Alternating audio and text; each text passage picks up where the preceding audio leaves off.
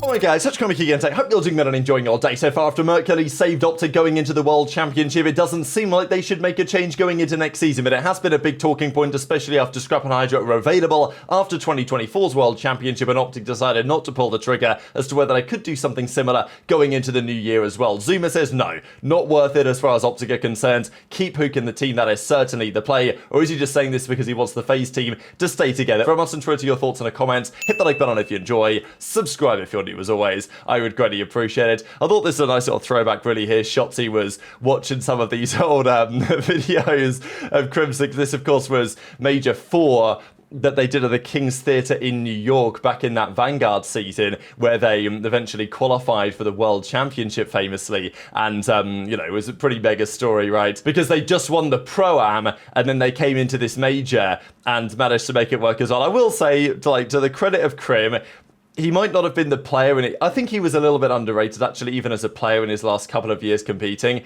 But man, did he make some entertaining things happen over the last couple of years, right? Like, he won loads of championships at the start of his career, and then right towards the end, he gave us some entertaining moments for sure in that CDL era. I will just quickly say, if Ravens don't go to the World Cup, now, as I said earlier today, it's still a little bit of a grey area right now what's happening, at least as I'm recording this.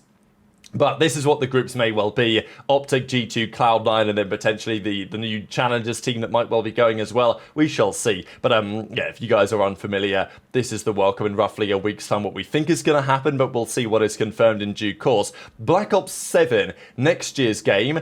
Presumably, Treyarch have been working on this one for quite some time. The worldwide reveal is set to be on the 19th of August, so that's the date we're looking at. I don't think there's a launch date yet. Expecting, as usual, late October, early November, something in that kind of ballpark. As we know, it would be really nice to see an event happen this year before Christmas, like an actual CDL kickoff or something. Whether that's going to happen, you know, I don't know. I'd like to stay optimistic, but I don't have too much faith in the Call of Duty League, unfortunately, to make it happen. The BO7's coming out, as we know, August 19th, we're going to get the official reveal.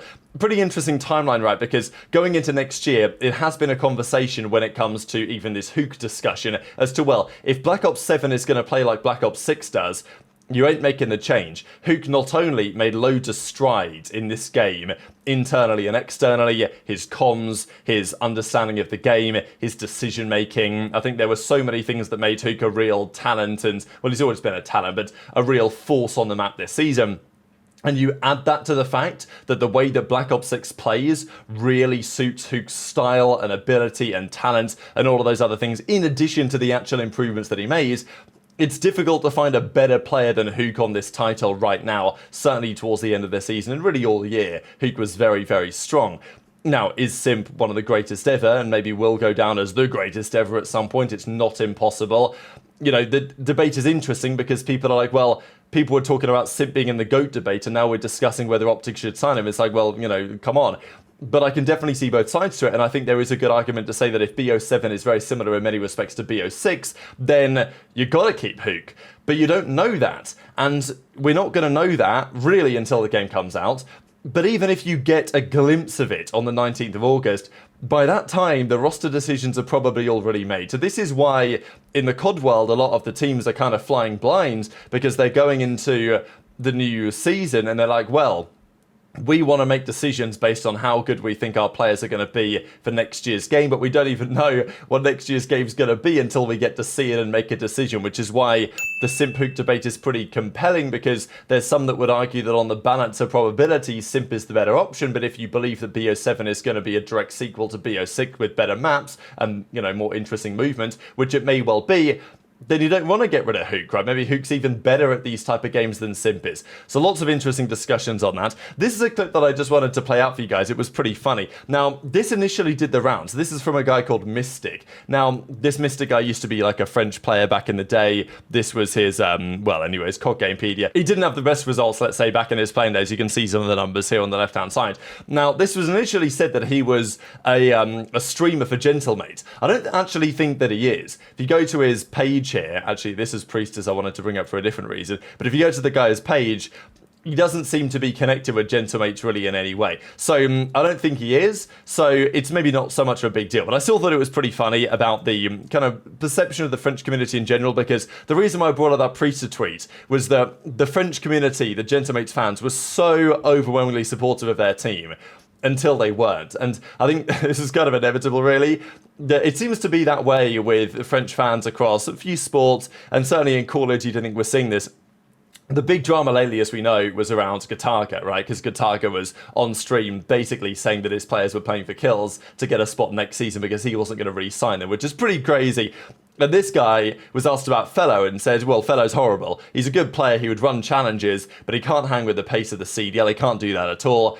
And he gets too stressed, he's not solid enough, he's, you can see that he has no confidence, no impact and all this. So in games like this, you just can't have that happen. So anyway, this guy actually isn't connected, I don't think, to the Gentlemates organization. Initially, we thought that maybe he was, and as a result, it would have been even more outrageous. But, I think it's interesting that we have, in the COD world, it's been a long time since we've had fan bases primarily from different regions, and you tend to get different perceptions from those fans. Like when Priester was having a hard time, there were lots of fans in his replies, like Gentlemates fans, who were being very supportive of him, right? But then it came to a point where things weren't looking so good, and all of a sudden, the fan base turned relatively quickly, and you see it from the organization themselves.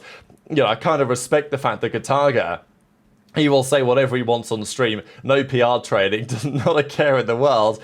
It does maybe have some implications in terms of who wants to play for your org, knowing that you're going to be under the cosh like that from the owner, but it's not like he's paying no money, right? We do believe that they've got some capital ready to throw around. What team Gentlemates are going to form next season? Genuinely, I have no idea. And just before we get into the Mercules and the OpTic stuff, wanted to share this from Methods. He came up with his map set. This, by the way, isn't just CDL. This is CWL included, and I think it's pretty faded. But there are obviously some good maps on here for sure, but intrigued to your perspective in the comments, because he's put together an ideal map pool: 7 for hardpoint, 7 for search, 5 for control that we could pick from across all of the the history of COD. He's got Arcaden in there, he's got Warhawk in there from Ghost, he's got London Docks in there from World War II, Express from BO2, and obviously it came back in Cold War as well.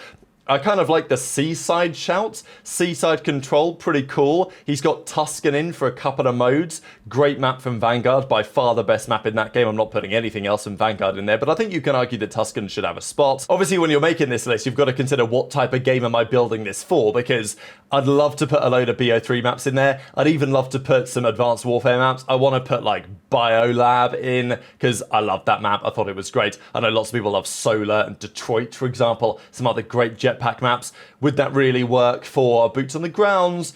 Maybe not so well. They did remake Detroit as a map called, what was it called? Valkyrie, back in World War II that came in. It was like flipped, but it was an effective map. It came in for Search and Destroy that year.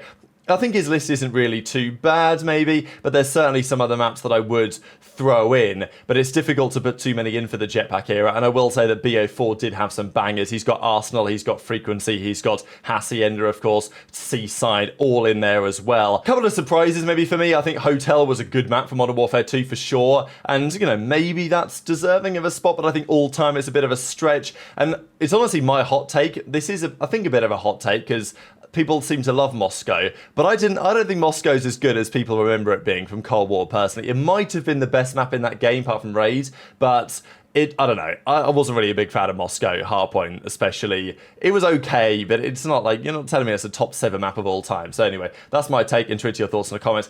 Let's go through a couple of clips. ZooMaa's talking about this OpTic Simp stuff, because it's been one of the big conversation points of the last few days.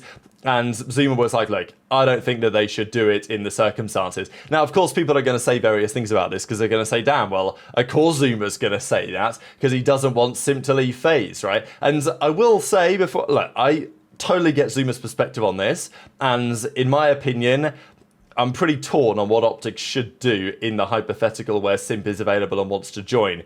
But I will say that from a FaZe perspective, this is a scary time, because that team has had those players for a long time. Falcons now have some money. OpTic always have some pull. Even Thieves, I mean, who knows what could happen there if they bombed out of the World Cup. it's difficult for FaZe to ever form a team better than what they've had over the last few years, and they've probably not succeeded as much as they should have done. And if one of those players were to leave, the rest of the players, who knows what happens next, right? Because there's the possibility of a Thieves situation where Octane retires and Drazah, Envoy, and Kenny all go their separate ways in the ends. If one of the FaZe guys leaves, then especially from the trio, then it raises big questions as to what the rest of the guys do. They would certainly consider opportunities elsewhere, and it's difficult to imagine what FaZe would have to do to keep hold of those players. So I know that there's some people out there saying, look, ZooMaa's never going to get rid of Simp, he's never going to get rid of, you know, like they're never going to allow that to happen. But, you know, that's from the FaZe side. The FaZe team is owned by Atlanta Esports Ventures. It's not so clear they would really have a choice. Fool me once, shame on you. Fool me twice, shame on me. Crazy that last off-season business was aired out like that, but knowing what we know now, if Simp leaves FaZe and wants to come OpTic, I'm pretty sure Hex won't allow it. Whoever convinced him last time to make the same mistake as last time and will pull the trigger on Simp. Do you guys think it would be a mistake to drop Huke again? I think either or the team will be good enough. Curious to hear your thoughts. I'm gonna be honest. If I'm OpTic Texas, I'm not making a change, bro. I'm not. I'm not making a change. I don't think you could drop Huke, bro. I don't think you can drop Huke. I don't think you can. Bro, like, Ant has won 2 rings with Huke. Like, these guys have insane chemistry. Like, sometimes it's not about the talent. You know? Guys, sometimes it's not about the talent. Like, these guys have really good chemistry. Like, their chemistry is really good. They play good together. Right? No, I know it's Simp. I get that. I completely get that, Chad. I completely get that. I completely understand that. But I mean, listen, all I'm saying is, you know, it is Simp. It is Simp at the end of the day, right? You get a really good player. Simp has 2 rings. He's an animal. You know what I mean? But, bro, man, if Huke gets dropped again, bro, nobody else thinks that's crazy? I didn't eat anything, big body. I think that's what messed me up.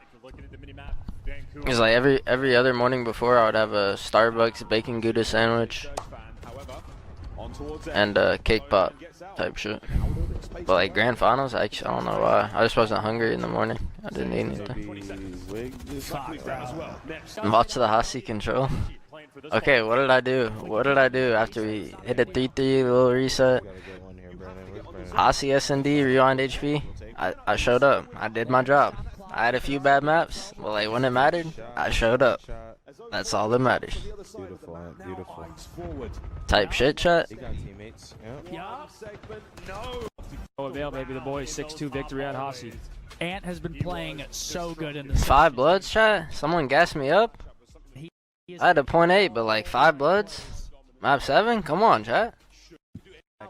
Like my point eights are like I'm contributing. Type shit. The rat spot, but who is it? Chat, I'm not even trolling after grands because I mean I wouldn't even say I got shit on. Like when it mattered I stepped up, but like I didn't, to my standards I didn't perform like I normally do. My mom texted me, I swear to God, she was like, can you ask for a new setup? I think they might have rigged your setup. I was like, Mom, what do you? She's like, she doesn't know shit about God. I'm like, Mom, what do you say? 5-2. She's like, I think your setup was rigged. I was like, yeah, W, Mom, though. I was like, Mom, you're right. That shit might have been rigged. You might be onto something. So very much enjoyed your thoughts on all of this stuff in the comment section below. Hit the like button if you enjoyed. Subscribe if you're new. Take care. And I'll see you next time.